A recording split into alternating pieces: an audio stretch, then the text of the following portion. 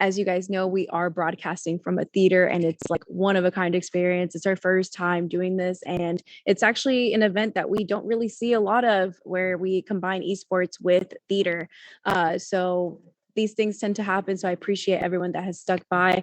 I am your host for today, your moderator. My name is Greden Camacho. I go by OfficialChiKa, and today we're going to be covering the Get Your Mind Right Gaming and Mental Health panel. Since we are running a little bit off schedule, I do know that some people have commitments prior and might need to leave. So if you do need to go, just make sure you check in with me. I would love to still, for you guys to still be able to put your social media on the panel and share your information prior to you leaving.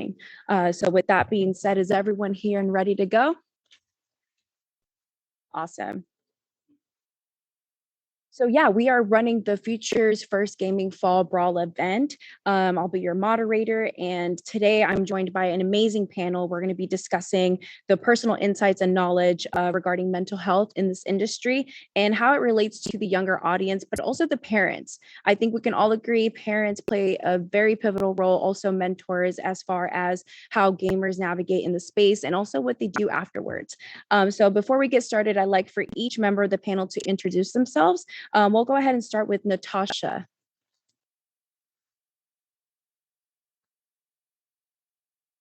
Looks like Natasha's still connecting to audio. We'll move on to the next person, and if we can check on Natasha's audio, please. We'll start with Terri then. My name is Terri Gentry. I've worked in the mental health field going on 11 years now. I've worked in both the outpatient setting and a crisis center, as well as the inpatient psych hospital setting. So when Stephen connected with me, I wanted to make sure I was able to offer some, information based on things that I've seen in those settings. So thank you for the invitation today. Yeah, absolutely. And where are you located at again? I'm in Delaware. Delaware. Okay, awesome. And our next person, Corey. Oh, they're coming down. Thanks. Hi, guys. My name is Corey King. I run Training Grounds, which is a mental health focused gaming organization. We try to really help with the players cope with the stress of playing the game, especially when they're playing at a high level in the tournament. Myself, I'm a Navy veteran. I was diagnosed with PTSD about 3 years ago now. So I've been dealing with that and learning a lot about mental health and a lot of how to deal with the stresses of life. Okay.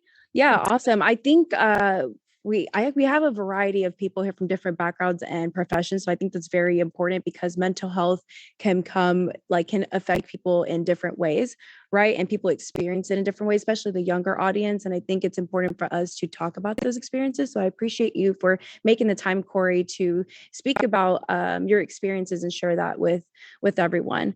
I think Natasha's audio is now working. Natasha, are you ready? Give me 1 second. It's acting up. Give me 1 second. Sorry. For sure. No problem. We'll move on to John. John, can you introduce yourselves for everyone? Hello, everyone. I'm John Drost. I'm a clinical psychologist. I'm a neuroscientist. I'm an Air Force veteran, and I'm serving as the mental health chair of the Warrior Gamer Foundation. And Warrior Gamer brings active duty and veterans and first responders and young people together in intergenerational play and esports competition to promote health and overall well-being. So happy to be here. I grew up in Delaware, live in Colorado, and came back here. I got a front row seat for the Super Smash tournament in 10 minutes. Yes. So I'm saving you spots. And Corey, thank you so much for your service. Appreciate it.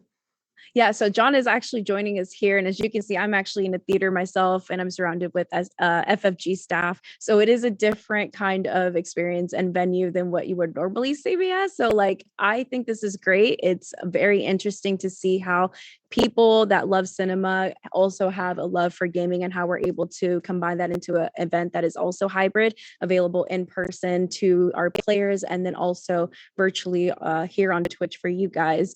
And John, for the people that are listening to us, where exactly or what projects, where are you located at? So we are national with the Warrior Gamer Foundation. We just wrapped up an event in Glendale, Colorado, with USA Rugby. It was a partnership that we did with them. We're at the Esports Trade Association meeting in Chicago, here in Delaware.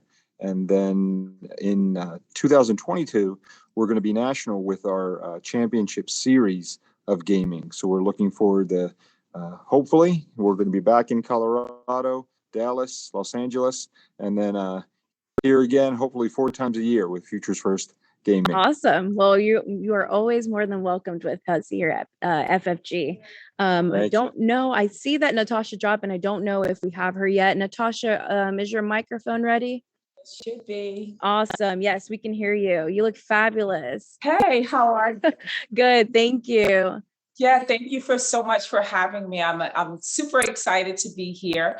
My name is Natasha St. Amand. I am a licensed clinician, and I am all about supporting individuals. I have my own practice. I'm from Brooklyn, New York, but I live outside of DC. My practice is right in DC, and I work with, oh my goodness, an array of individuals. But my main focus is primarily supporting individuals as it relates to etiquette training, in addition, because my brand is the etiquette therapist, right? So I focus on working with individuals on the forefront, like what they look like and how they present themselves to the world, in addition to making sure emotionally they are up to par and that they're able to develop coping skills that will take them to the next level. So I'm super excited to be part of this event and be able to offer 22 years of experience. I hope I don't look it. I know. Experience in the field of mental health as it relates to children, families, and adults. Yes, thank you for having me. Absolutely. Thank you for joining us. And for our viewers that are listening, is there a particular age group that you specialize in? Yeah, you know what? It is, I mean, my goodness, from 14 to, actually, I would say from 10 to adults. So that is truly my specialty as it relates to just getting them geared up for what life has to offer, and also giving them all of the skills necessary in order for them to move in a direction of purpose and intention. Awesome. Well, obviously, we have a bunch of amazing professionals here with a variety of backgrounds. And so we are going to be expecting to kind of hone in on like the medical side of things, but also personal experiences. I want this to feel like a conversation. I know mental health can be a dark topic sometimes, but we want people to also know that there's light at the end of that tunnel and that gaming can bring that. And we want to showcase how that really works, right? And excuse me for my camera. We've been trying to fix it. I see like it's like zooming in and out. It's really not me, it's the camera. So she wanted to let you guys know. So right now we are joined by many parents, instructors, and individuals, and video games are becoming more prevalent in conversations. I've noticed even when Clubhouse was kind of popping right during COVID times, I saw that some parents had questions and they were like, Chika, I don't know if I should be worried, but my son or my daughter is playing a lot of video games and I have some concerns. And so I think now with COVID, especially, people had to find ways to stay at home and also still connect with other audiences, right? And a majority of that was facilitating tournaments or competitions or even conversations online. And a lot of the young people also found that gaming helped with that. I know it helped me, and I'm 27 years old. So what are some ways in which gaming and can provide a healthy coping mechanism? And I'll have it, these questions are open to anybody who would like to answer. But basically, how do you see that gaming can provide a healthy coping mechanism? I know a lot of people see gaming and they're like, oh, I don't know if that's good. And I see my kid doing it too much. So I'll just leave that as an open question for the first person that wants to participate. Anyone? John, Terri? Yeah, I can jump in. Feel free. Don't be scared, guys. Fair from there. So, one of the great things about gaming is in many of the games, right, the ability to create one's self in the form of character, right? So you can pick attributes, you can pick qualities, you can pick your style, and then cultivate your style. And so we say in neuropsych, right, neurons that fire together, wire together. And so having the practice of being able to kind of begin that self-actualization within gameplay then provides a foundation for skills, in work with Natasha and in work with Terri to really kind of shape and hone that in terms of your presentation to the world. And so that, plus within the context of healthy community, can really help individuals actualize really to higher and higher levels. I think you're bringing in a very interesting point too, is I think that's why we're wanting to see more of the diverse characters, right? Whenever we talk to developers and gaming companies, we're saying that we want those Black creators, we want those Black characters, the brown characters, we want more female representation. That's because a lot of these kids do look at that and, they kind of embody that in a sense, and they build out their characters to how they also see themselves. And so I think that's very important for us to have that variety in gaming. So you bring a very good point that I think a lot of people don't or haven't really touched on. Terri, you had mentioned something as well. So there's a lot of positive things that come with it. I've seen kind of the dark side when I've seen people struggling with things and when certain things related to gaming come into it, and I can talk about that later. But I can relate to a personal experience because I have a 9-year-old who has ADHD, so he's bouncing off the walls constantly. And the gaming allows him to be more controlled. It teaches it. He's more focused on something. Whereas if we go somewhere, I know that that's a helpful tool. If I kind of need him, if we're at some type of event, a family gathering, a wedding, something that you can't really be doing all those things. Sometimes it helps to kind of occupy and help them control when they can't really do it on their own. And you see a lot of other tools. There's the fidget toys that they have coming out with it. The gaming that I see through my child tends to offer that same technique where he's able to be a little bit more controlled with the behaviors that he has. We did have an issue where he got a little too involved in the game at one point, and I took his game away for 3 weeks, but essentially that was an isolated situation. And he seemed to really learn from it, and it's formed more of a learning of his behaviors and how to control those too, because he got upset he was on his Nintendo Switch.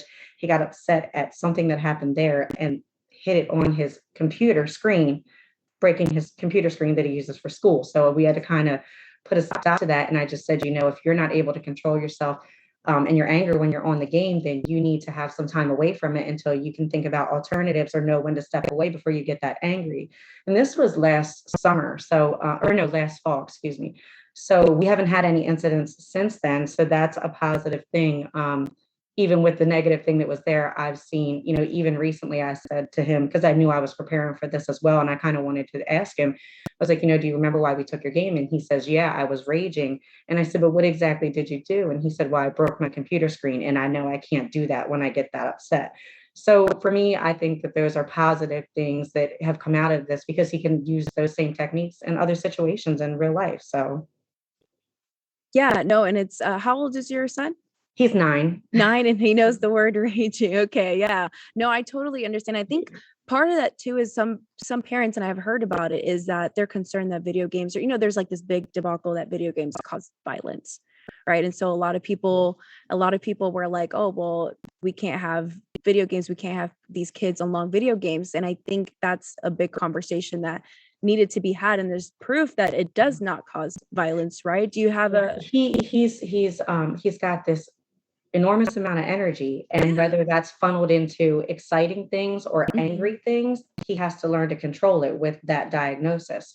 The game certainly could have been a trigger for that, but that diagnosis and those symptoms were present way before that gaming incident happened.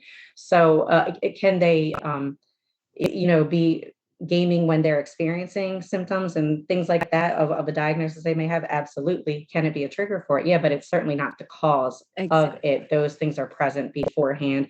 And again, like I said, in our situation, I kind of, I don't want him to not be able to utilize gaming, because it is a technique that it's something that he loves to do, and it also is useful at times, like I said, for when he needs to kind of reel himself in and be more controlled. So we try to turn something negative into a positive, and it's been good since then. So awesome. Well, it sounds like you're doing an amazing job. And it's kind of like how I tell people, I had a mother that was like, my son threw a basketball at another person's face. And I was like, so are you just going to quit?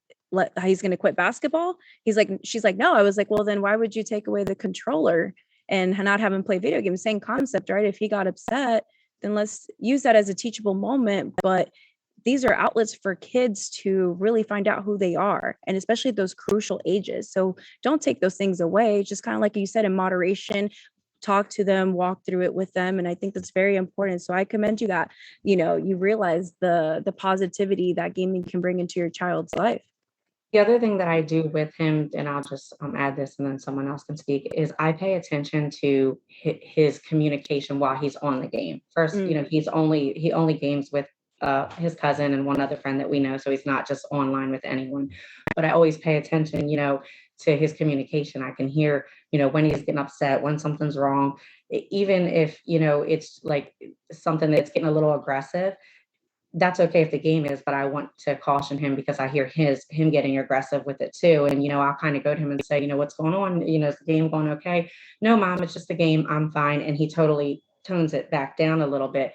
But I think, if you don't put your kid in a room and let the game babysit them, and not that he's never been in a room by himself, but just to be involved at times, to know that you're monitoring it and that he knows that he can at any time have to be redirected and respond to it appropriately.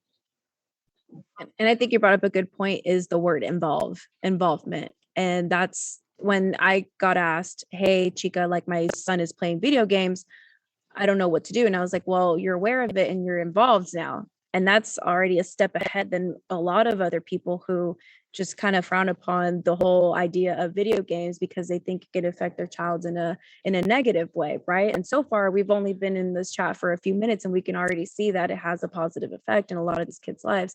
John, you had wanted to say something earlier? Yes, and you talk about teachable moments, and Corey, this is where I'm particularly interested in sort of your program, right? And how you're teaching that emotional regulation within the context of really learning how to compete. So you got it, Corey. Oh, so Can I add to that? Oh, I think. Yeah, go ahead. No, go ahead. You can. Well, you know what? Thank you so much, Corey. So Terry, what I wanted to say was that, when parents say that their children are having, and I have a 14-year-old and I also have an 11-year-old. My daughter doesn't play video games. She said, she loves the YouTube, but my son definitely plays. And there've been moments when he would rage, right? Because of the fact that he didn't get to that level quick enough, or he's done all this work and he's still, where he doesn't want to be, right? And so that is, and I've said it to him, and we've used that as teachable moments, right? And I've said to parents who've talked about it, I said, gaming is not as bad as people have said it to be, because I think that it got us such a bad name, maybe about 10 years, maybe 20, almost 15 to 20 years ago, when people really didn't understand gaming. And now that people understand gaming more, you hear less of the blame that takes place. But it is also for two things that I've said to parents. One is it helps a child focus, right? Especially with those who have ADHD, attention deficit hyperactivity disorder, right? It helps a child focus for long periods of time, right? Because they're being stimulated on a consistent basis, right? And so that's one. And two, those are teachable moments because of the fact that when they do rage or when they feel like things are not happening as quickly as they would like, right? For any child or any adults, because I know many adults that play and they rage as well, right? And so those are opportunities to also say, right? Corey's like, yes. Yeah. Right? Those opportunities to say, okay, what happened here? What could you have done differently? Right? Because in life, there are going to be things that happen and you don't always like, or someone's going to say something that you don't like. Are you going to just jump out and rage on them, or get upset, or smack them, or hit them? What are you going to do? And so those are opportunities for parents to really begin to have those conversations with their youngsters, because gaming is not going anywhere, right? It's just becoming more involved in our lives as it relates to not just gaming, YouTubing, just technology altogether, right? And so those are opportunities for us as parents and just adults to really have those conversations, but it also helps with calming them down, helping them to focus, and also helping them to engage with others who they may have never been able to engage with because of whatever reason, right? Because they're not the popular kid. So there are many benefits to gaming. And I just wanted to touch on something that Natasha just said. The fact that you do have adults that can't, some adults just can't get it together when we're playing the games. And I have to tell them myself as well, because sometimes I get, like I get there. It's very important. I mean, gaming, not just at the younger level. I always say this: if you have somebody that's playing the game, but let's say he had a bad day at work, or they had a bad day at work, they either got fired, boss said something to them, then they go home on the drive home, somebody cuts them off. They just taking L's, just losing all day, right? And then they get on the game and they play like a fighting game or something, and then they lose and they lose and they lose. Okay, so the biggest thing that we teach in training grounds is learning how to recognize that and learning how to say, hey, we need to take a break, or we need to walk away from this, or even if you're not able to, because these guys practice, they put in thousands, like I'm not joking, they put in thousands and thousands of hours on these games and trying to do it. So sometimes they're not able to walk away because it's their job now. So they have to be able to cope with it. So one thing that I always preach to them is take a deep breath, close your eyes, just breathe, walk yourself through it, recognize that there's something going on, recognize that your anger levels, no, excuse me, anger levels are getting to another place. Take a step back, take 15 minutes, drink some water, and come back. And it's one of those techniques that not just for adults, but for kids as well, it's very beneficial for them to go through this. So from what I've seen, um, even at this level that we're doing it at, whenever somebody is able to get that break and just be by themselves for a few minutes and able to come back to the social part of it, somebody might say something to them to cheer them up instantly. It could. I've even seen it on the online level from when we've been doing this on. We've done our training grounds online for about a year now, and now we're just getting back to in person. Even on there in the chat rooms and the Discord voice channels, or hey man, it's okay. Like you'll get them next time, or hey, that was a nice play that you made, even though you lost. Like just simple little things like that will just take it to another level. So as a parent, if you're watching your kid and they're struggling trying to learn a game, they're struggling to learn a combo, struggling to get past, learn the game a little bit, because you might see something that, hey man, you did that very well even though you lost, and that might change your whole child's perspective on whatever's going on and be able to help them with their day-to-day life as well.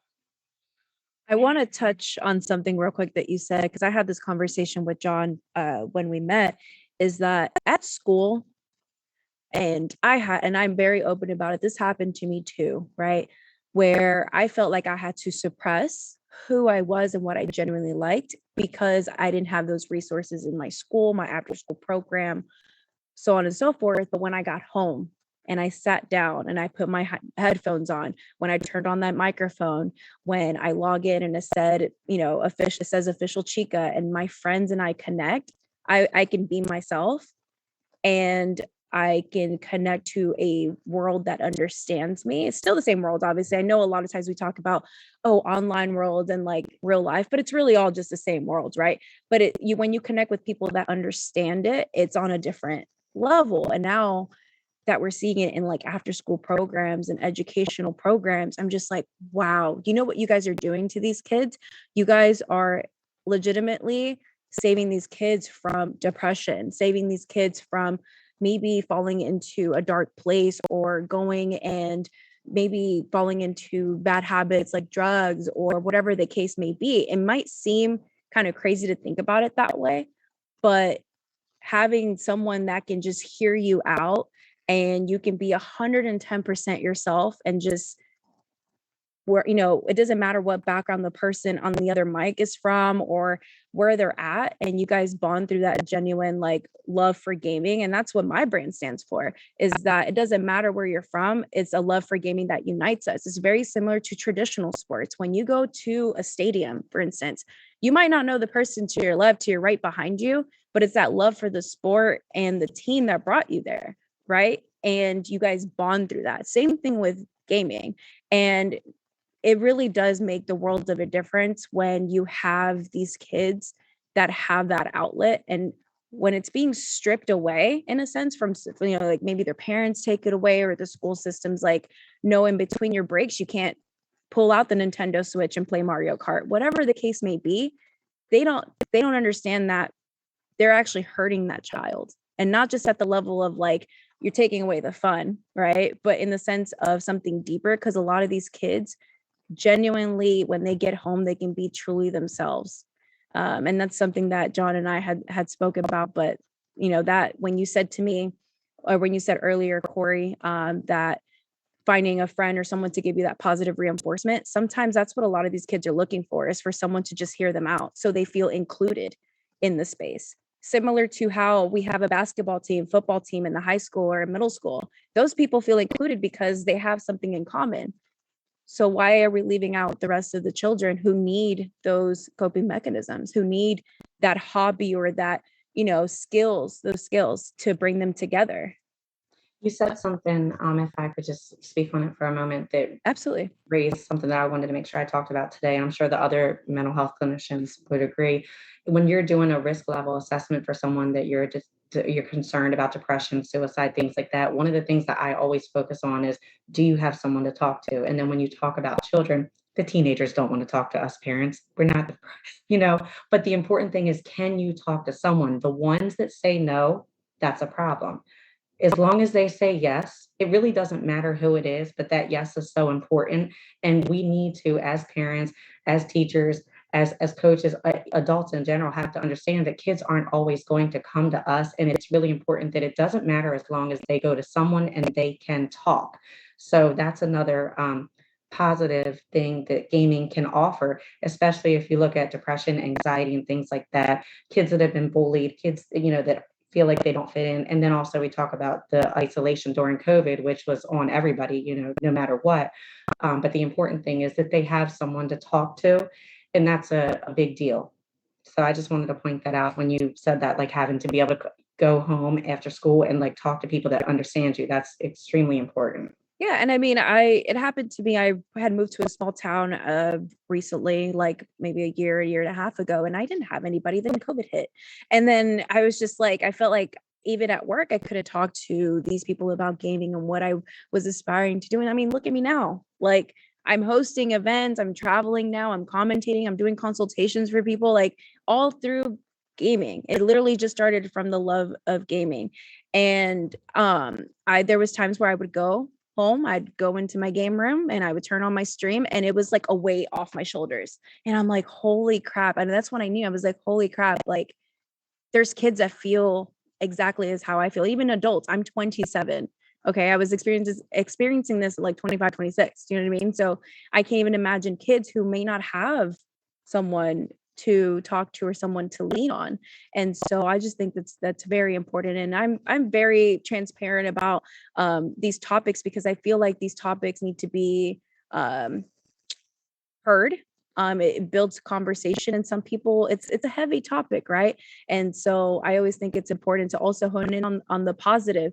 And so since we're talking about I mean, it looks like we've pretty much covered some of these questions already, but what we didn't cover is, earlier we were talking about having things in moderation. And I know that's a big concern for parents, is like, okay, fine, Chika, since you're telling me that I need to let my kid have his PlayStation or his Xbox, how do I make it to where it's a healthier coping moderation? Like, how do I go about it? What is the science behind it? How does that affect, how they interact with their peers, so on and so forth? And I know that's a question that a lot of parents have, and also in the school system. How do we moderate something like this to where they're still able to go out and still do other social activities aside from the grind, so to speak, right, is what we hear a lot in gaming? Well, one of the things that I've done across the country is I've set up school-based clinics, mental health clinics in schools. And in the DC area, I was able to set up mental health clinics in 17 DC public schools. And, being able to connect with other vendors who are coming into the schools and working with the students on a variety of different things. And one of those individuals are RSN Sports, actually going into the schools and providing streaming and gaming for the after school programming. And so what I've often said is that there has to be, for everything, right? Everything in moderation, right? The only thing that I can think of that not in moderation is water, right? Right? You can just drink as much water as you like, right? But when it comes to gaming, I truly believe that children need structure. They need structure. And as a licensed clinician working with children for a very long time, it helps to have structure. So if you're putting in moderation and saying, okay, well, if you're going to game from 5 to about 6:30, right? And then because the thing is also is that if kids are on the games way past their bedtime or up into their bedtime, it decreases their ability to fall asleep because they're overstimulated, right? Those who were talking about, you said future first, that's John, right? John, you were talking about the neurons, right? And how it's just triggering. And so, we need to be mindful of that, really putting things in moderation and not just allowing our kids to just kind of like free for all day on Saturday from 10 a.m. to 7 p.m. You're on the games. I feel attacked. Say that again. I said I feel attacked. Well, you're an adult, but I think we need to make sure that our kids are exposed to so many other things, right? Yeah, absolutely. To not just have gaming, but have interactions with others, right? In addition to have interactions with their family, right? Right? And not just that, be able to, read a book. Like, I just think that when a child is well-rounded, they become more stable in their mental health, as opposed to looking at that as the only thing that I'm focused on. And that's where I'm going to go. And that's who I am. And there's nothing else that I can do. And nobody else understands me except for gaming. So that's my perspective on that. I think you make a really good point. And one of the things, like even with my 9-year-old, there's a cutoff time because of bedtime, of course. And then for him, because of his attention issue, I let him game when he gets home from school. But when I get home from work, it's homework time, because I know sometimes he needs my prompting during homework time. So I allow him that free time, between like 3 and 5. And then that's it, until maybe a little bit of time after dinner. But the other thing I think is you have to individualize it to the person, whether child or an adult. Everybody's needs are different, the way they handle things, the structures of their day, and even us with parents working as opposed to maybe at-home parents. I think that it still has to be individualized to that particular person, because someone may need to stay off the game more so than someone else, just based on everyday things going on in your life, the amount of homework you have that day. There's a lot going into it, but I think the structure is definitely a piece, but as long as it's individualized to that person. I don't think every single person should, everybody has to be in bed by 8 o'clock and no gaming after that. I think that you really have to, and I think we on this panel probably know that, but if we were talking to parents, they know their kids. Which kids are going to bed on time and which ones are fighting with every night, so you may have to dial down that one's gaming a little earlier, and even both of them if you have to do it equally, but just to say that you have to consider things like that, whereas another household may not have that issue, but it really does need to be individualized for moderation. And on the weekends, that's very different, because there is a little bit more free time that we allow, because there's not as for the kids, with school during the week. So scheduling that on the weekends is a little different. And I'm more flexible with it as a parent on the weekend than I am during the week. So I don't know if that would be, but that's kind of how we do it in my house. And we're building athletes here, right? As we talked, right, with Chika, this is the issue, right? Game performance, and Corey can speak to this, at the peak level is brain health. And we know what contributes to brain health, right? It's the exercise, physical exercise, movement, nutrition, time in nature, being of service and of value to others, sleep, which I'm so happy, both, you, Terri, and Natasha have mentioned, the importance of sleep and brain development, good relationships and healthy communication, daily mindfulness, and then the experience of flow states that we achieve at the peak levels of gaming, and being able to recognize what those flow states feel like in game so that you can then generalize them to other aspects of your life. And so that's really the lifestyle medicine contextualization that organizations like Futures First Gaming, like the Warrior Gamer Foundation, and Natasha with her programs and reaching out to the schools, and Corey with his coaching, that's what we're sort of really bringing. We're bringing that brain optimization and how you can teach it through the power of play. And another technique that works really well with it that I have talked to parents, not just about gaming, but with other things, is if you involve the child, it's more than just if I say, every day at 5 o'clock, you have to do this. But if you talk to your child, they know what they're supposed to do. And you say, you have homework today. What time do you think that you should get off the game so you have enough time? And they're not always going to have the right answer. But I believe that if they feel part of the process and making that decision, they're more likely to not give pushback, not fight. So, talk to your kids, about that and let them feel part of the process, even if in the end you're like, it's 6 o'clock and that's it. I don't, but, again, get them the opportunity to be part of the conversation and think through so that they're on board with why that particular time frame is chosen for them to be on or off the game. Absolutely. So, to piggyback on what you just said, so it should be person-centered, right? It is according to everybody's individual needs, right? So you hit it on target on that. But then also, when it comes to rewards and things of that nature, or timing and scheduling, having your children be a part of that process, it makes a world of a difference, right? I've said to parents who had children, they have children who are under the age of 5, and they say, well, this is what I'm going to do. And this is how, and I said, well, what have you thought about if your child is able to speak?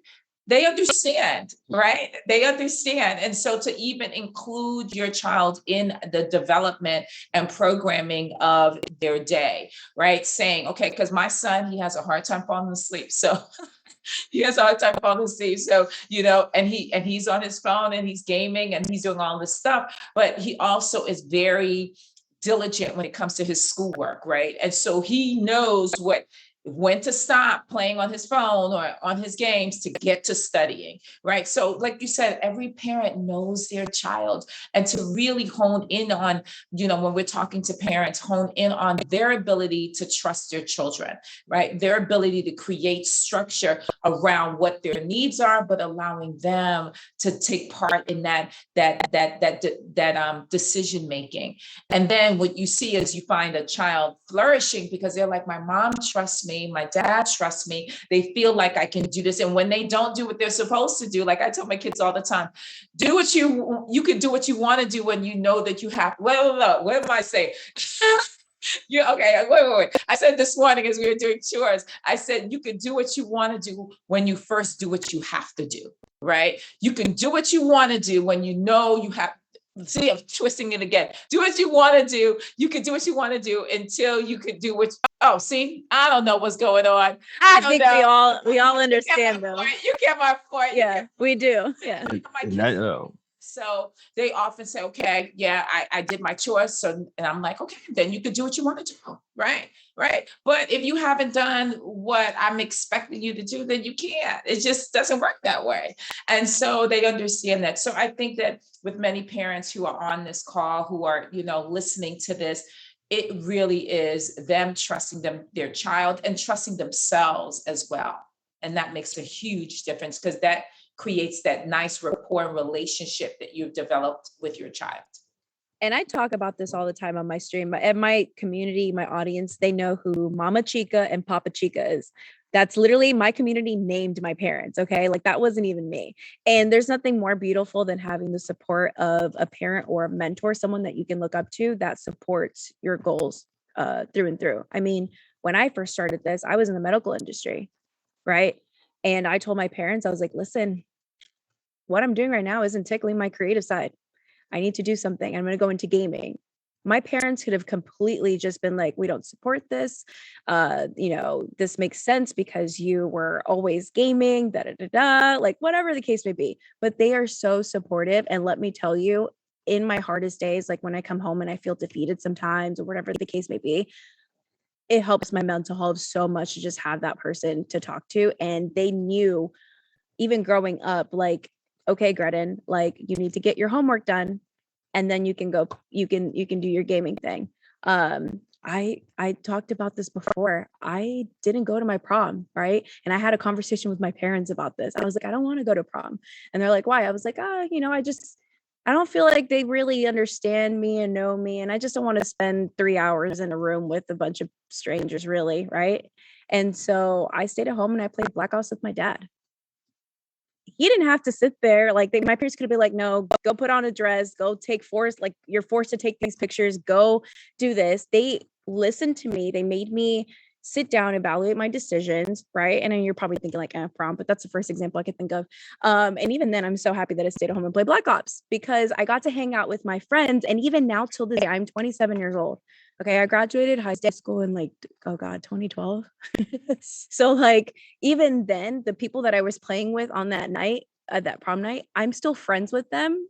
And we have the best bond ever. And they support me. And they're like, hey, Chika, like, are you able to play on Saturday? I'm like, you know what, guys, I can't because I have this one commitment, but maybe after, if I have time, I will. And that's something that I've carried on. It's like, I take care of the things that I need to do that I know I have to do. And then if I have time to play, then I'll play. Otherwise, we'll stick to the schedule that I typically have throughout the week. And so like, that's something that played a huge role. And I'm so thankful. Even now at 27 years old, I talk about my parents all the time. I love that they're so supportive and we're able to have those conversations, and the rough conversations too, right? Because let's be honest, we hear a lot of things that happen throughout the social media and gaming, and those conversations also need to be had. And I had those with my parents early on, and they made me realize that while gaming is all fun and stuff like that, it's not always fun hearing the things that happen to the women in the space, the young kids that are told, very mean, horrible things that they should not be hearing. And those kinds of conversations needed to be had.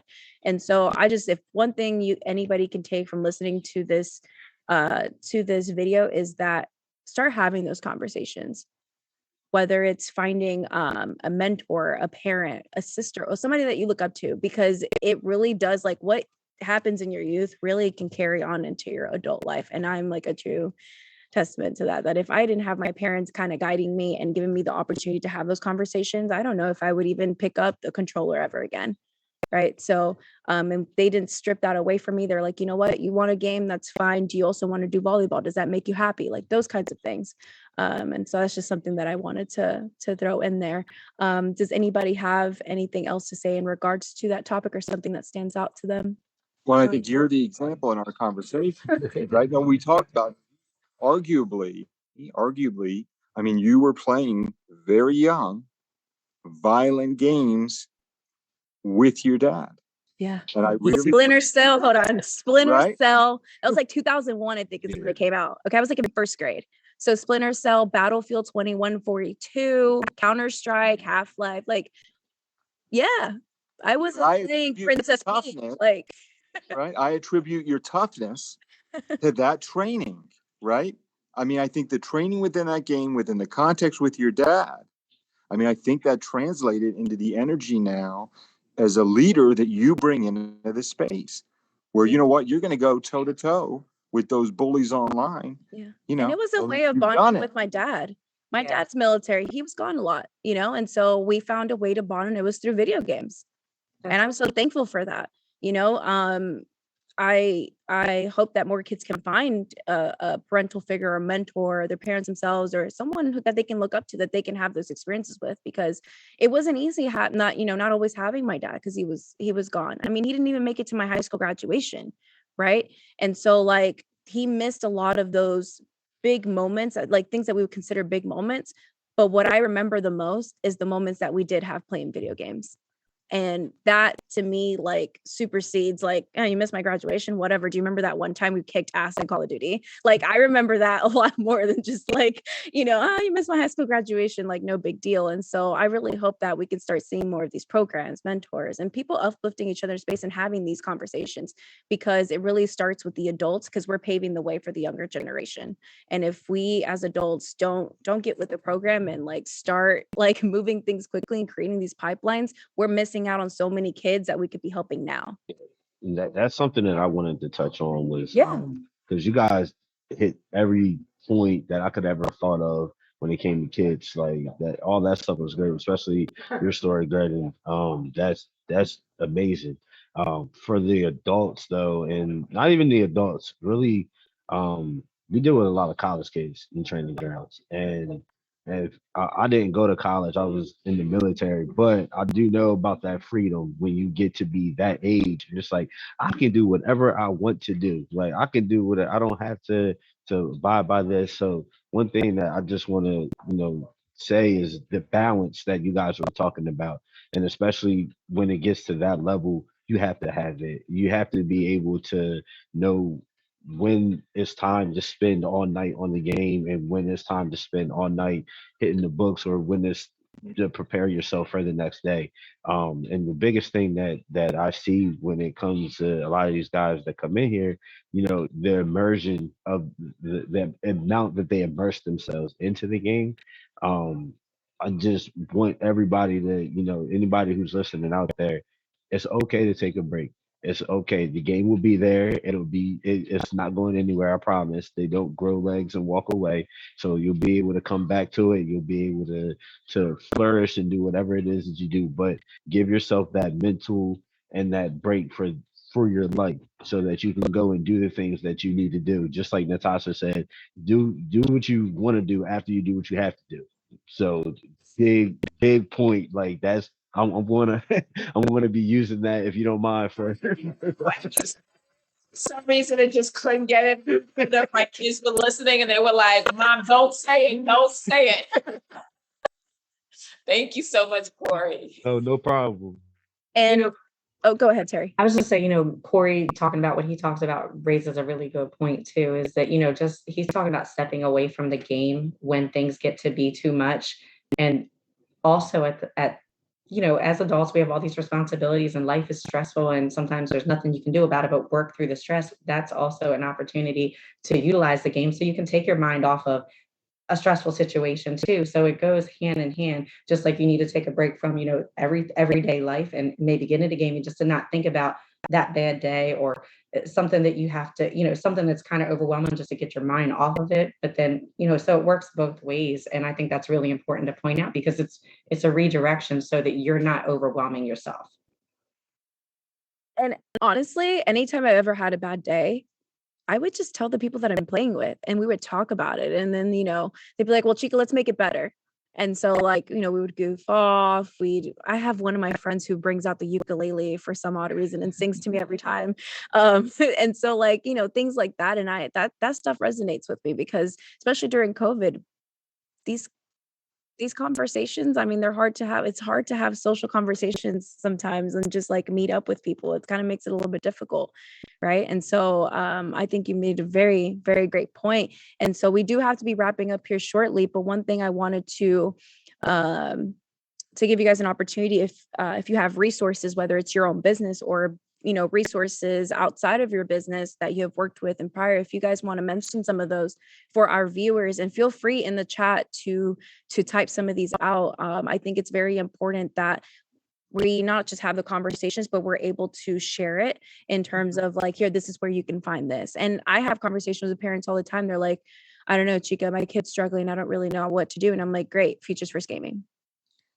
So like, you know what I mean? So I'll go first because I do have to step away soon if that's okay. So one of the things I want to say is don't assume your child is okay. And that doesn't even have to do with gaming. You need to talk to your kids. And if you have a child that you're concerned that they're spending way too much time on the games, instead of focusing on that, find out what they like so much about it. Why there's a reason they're spending the time. It could be because I don't feel like hearing you and dad argue, or it could be, I have a lot of friends and they make me feel better, just like you said.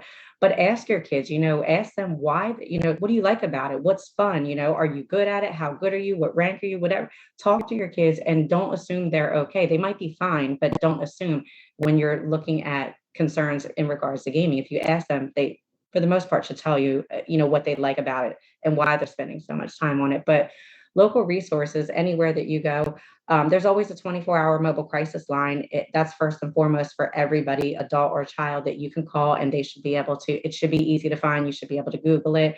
And if they aren't the ones that can help you directly, they should point you in the right direction. If you want an in-person assessment, you can go to your local psych hospital and they will do an assessment. It doesn't mean they're keeping you. They can assess you and say, are you at an extreme point that you're really doing bad and you need a hospitalization. But the good thing that people don't realize is they offer you referral resources to local outpatients. They'll give you an assessment with referral resources so that you know exactly where your child is at and what can help them. It's not just for the purpose of the hospitalization. And working in the hospital setting, I don't think a lot of people realize that. They were afraid to take their kids. You can take them for just an assessment to find out what level of care is appropriate depending on what their situation is. And then the other thing, call your child's primary care doctor. They're also going to have resources. They know your child. A lot of time kids have been pediatrician for years. Call them and they'll also point you in the right direction too. Natasha, would you like to go next? Yes, I'm sorry. I didn't know I thought I was muted and I was coughing. I apologize. No, you're okay. Yes, sorry. I definitely would like to share this resources because I created a program for girls ages 10 to 14 years old that really, and it's a virtual program. It's called Girls, GURLS, and it stands for Girls Unapologetically Reaching Levels Successfully. And so within this 8-week program, what happens is that you have girls, and it's great because we actually have a segment within our 8-week program that focuses on girls gaming and really being able to increase their self-esteem. So this program for those parents who have girls who game and you want them to be well-rounded, this program also looks at not just gaming, but it looks at presentation and etiquette training and mental health and being able to learn how to socialize and skincare and makeup and wardrobe. And then we also have global citizenship, where we actually connect American girls to girls in parts of Africa, such as Nigeria and Liberia, and they actually connect with these girls, and these girls actually join us in our virtual classes, which is super amazing. And so this resource is primarily for parents with females girls who game, but they find that their girls are dealing with some self-esteem issues. They do not know how to engage or interact with other girls. And this is a perfect option and opportunity. My website is natashaparis.com. Very, very simple. NATASHA, Paris as in the city.com. Go to my website and you can actually, I have a course. This is our 3rd cohort coming up in October, and it starts October 6th. Super excited. It's going to be an 8-week program for girls, primarily ages 10 to 14, because they're hormonal. They're trying to find themselves. And then what we find also is that during that very critical period, they can either go one way or the other way, right? And we want them to take that fork in the road and go the right way, right? The correct way as it relates to being able to share their feelings, express themselves through gaming, through fashion, through global citizenship, and becoming that girl, unapologetically that girl. So yes, thank you.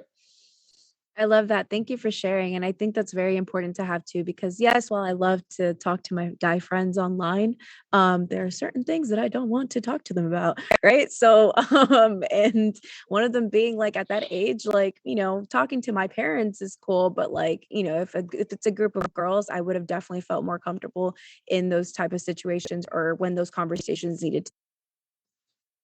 You muted. Stop it. Was I really? No, just that No, last. no, just that one part. You're good. That's crazy. I was about to say I didn't even touch it. So what part did I leave off at? It was just for a minute. You went like out and in for just a Yeah. minute. Is someone touching my screen? What's going on here? So basically I was just saying that, like, I think it's important that you brought that up, because essentially, like, that would have been nice to have, even for me in gaming that young early on, conversations I don't always want to have with my parents or like my guy friends, which majority growing up, my gamer friends were guys. And luckily now that's changing, right? Because 45% of gamers identify as women, which I think it's great. So it's nice that there's now those outlets and those resources for young girls that are looking to get into the space and just overall learn more about themselves and be included in gaming. Absolutely. And just to add to that, you know, when it comes to girls who are gaming, because it is a male dominated field, they feel like they are alone in it, right? Because when I have girls, when I ask them, you know, the question of who games, and you'll be so surprised, right? In my last cohort, my last class, I had 10 girls, 10 American girls and 13 Nigerian girls. And out of the 10 American girls who game, 7 of them gamed. And they were like, you game too? You game too? So it was great for them to feel like there's a family there and there's a connection, right? And so, yeah, this I'm super excited about the class starting in October. Actually, here today too, when I was talking to the younger kids, they were like, wait, so like you're a gamer? And I'm like, yeah. They're like, oh, you don't look like a gamer. And I'm like, well, what are we supposed to look like? And they're like, well, I mean, and I was like, yeah, girls can game too. I was like, you know, it's kind of hard for us to like sometimes feel like we're included, right? And a lot of times they don't know that, you know, there's other girls that game, but I just think that's so interesting. I mean, I've even been told, I've had a young girl come up to me. She's like, I feel more comfortable now because you're here. And I know that I can like talk about gaming now. And I know that there's a room for me. And I was like, absolutely. You know, there's room for everybody in gaming, and it should not be closed off based on like gender, background, whatever. I mean, anybody can pick up a controller. There's no limitations, right? And I think that's one thing that sets aside like gaming in traditional sports, right? So I think that's really, really awesome that you are providing that resource for young girls, because I definitely see a need for it. Even girls my age, they have no clue that there's room for them here on the platform. And I guess we can go next to either John or Corey. So I have speaking of apps, I see that put some in the chat. Yes, we're putting them on the Discord chat, and I'm also having them added to the Twitch chat for everyone. Okay, cool. So 2 apps that I use a lot and have promoted in Training Grounds Discord. One is called Moving Forward, and another one is called Mindfulness. Um, Both of these apps pretty much just teach you about problem solving. And the mindfulness app is really good because it teaches you breathing techniques. It teaches you other coping mechanisms. So, just a verbal resource that I would like to give to people is one of the techniques that I learned was a candy technique. Whenever you're feeling stressed out, whenever you're feeling in a headspace that you don't want to be in, for me, I use ice cold lemon water because it reminds me of lemon water ice. So I'll drink that for a few seconds. I'll close my eyes, and then it'll automatically trigger me back to the summertime, to when I was young eating water ice. So if you're able to do that with like a mint or a starburst or something like that, to just trick yourself into being into the happy place again, it works immensely. And I've done this in so many different situations that it's gotten me out of these situations before something else happens. So I just wanted to leave those 2 apps and just that verbal resource for everybody. Corey, what did you say the name was of that mindfulness app? It's mindfulness. It's actually just called mindfulness. Yes. And then the other app is called Moving Forward. Okay, great. Thank you. I can use it for my clients as well. That's a great place to plug the mindfulness. So we know, 11 hours of formal mindfulness training over a 12-week period. That seems to be, from the neuroscience, the magic number that wires the brain. So that's about 10 minutes a day, 6 days a week for about 12 weeks, and you'll have an entirely new pathway for mindfulness, for metacognition, meta-emotion. It really is the path to wellness. So thank you, Corey, for putting that in there. Did you? No problem. And Terri had to leave us, but I think we can also put her information down in the chat for the people that are watching that would like to connect with Terri. I do have her LinkedIn. I can add that onto the Twitch chat here soon. And then we have John, if you want to go over your resources. We put it all in the chat. We are the Warrior Gamer Foundation. You can find us on LinkedIn. Again, we're proud partners of Future First Gaming. Again, really looking to just benefit America, the nation, the world through play, right? We say we don't stop playing because we get sick. We get sick because we stop playing. And then I am also just adding my links where you can find all of my information. But my platform is really built on inclusivity, making sure that everybody feels like they have a room and space here in the gaming industry, and that the love for gaming unites us all. And so it's peace, fun, respect, and for all. Essentially, that's what my pillars are. And if anybody just needs someone to talk to, resources, my community is open, whether it's on Discord, Instagram, TikTok. I host TikTok lives. And one thing I want to point out from an experience that I literally had, I think it was like 2 or 3 days ago, and I posted about it on Twitter. I decided to do a TikTok live. It was very random, spontaneous. And I was like, you know what? I'm going to open the floor. So for anybody that has over 1,000 viewers, you're actually able to join me, and I will let you onto the stage. We can chat, whatever you want. If you have questions, I don't know. I have my iPad. We can doodle. We can go back and forth. If you have a Pokemon collection, we can just talk. Anything. It doesn't matter. Like, it was just open. I had someone join. Person didn't show their face. And after a while of talking, he goes, Chika, I just want to say thank you. And I was like, oh yeah, absolutely. I've actually enjoyed watching you play your piano, and thank you for showing us your Pokemon collection and so on and so forth. He's like, I just want to say thank you because, everyone makes fun of me for how I look and because of the things that I like. And you were the very first person to ever accept me for the things that I like and I know you haven't seen me yet. I'm still a little bit shy because I'm always told that I look funny or I look a certain way or different, but now I feel more comfortable. And hopefully next time when we're on TikTok live, I can feel more comfortable to show my face. And thank you to your community. And just like literally gave, I stayed up till like 3:44 in the morning that day when I had arrangements the following morning or that same morning.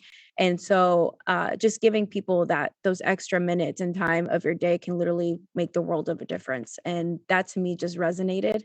I lost sleep, yeah, but it was totally worth it to know that I'm the reason I put a smile on someone's face and to make them feel included. And I think that's so important. And we can all attest to that's what we're trying to do here, is make sure that everybody is informed, has the proper knowledge and education on what's really going on with gaming and how it can help people, and just overall be kind. Be kind is what we can take away from that. And we actually ended up drawing each other some drawings here. I don't know if it'll show up on my iPad here, but he drew me a character and I drew his cat because he showed me his cat.